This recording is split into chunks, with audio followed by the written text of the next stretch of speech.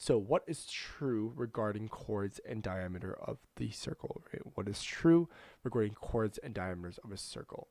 So again, if you look at my circle here, it's a really bad circle. Diameter is basically from the center. The diameter is a line segment. Oh, they actually gave me the oh, they didn't actually give me the answer here, but it's okay. We can answer this together. So we can say, again, a diameter here has, again, both chords and diameters have 2 endpoints, which is good.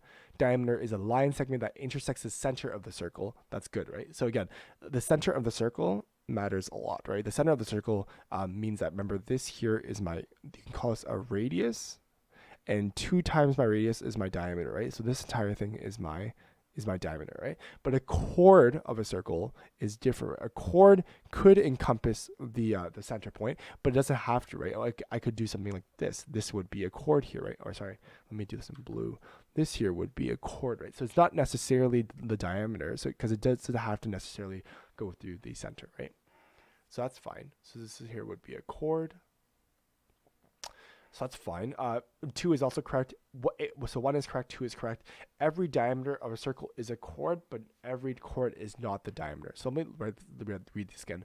Every diameter of a circle is a chord, but not every chord is the diameter. So this here is, so again, every diameter, because I have to read this out loud. Every diameter of a circle is a chord, which is true, right? Every diameter is a chord, right? Because it goes through it. There's 2 endpoints, and it intersects some point, right? So the diameter here equals chord, which is good, but every chord is not the diameter, right? Because this here would not be the diameter of the circle.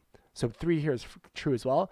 And it says here the diameter of a circle is double the radius of a circle, and that's what I did here. Right? 2 times r equals d, right? So that's here is correct, which means all 4 of these statements here are correct. So I'm gonna say all 4 of these statements here are correct. Good logic. So this here is number 10. This will be my final answer for this problem here. All 4 of these statements here are correct. Good logic. So this is awesome. So I'm gonna say here solution is correct.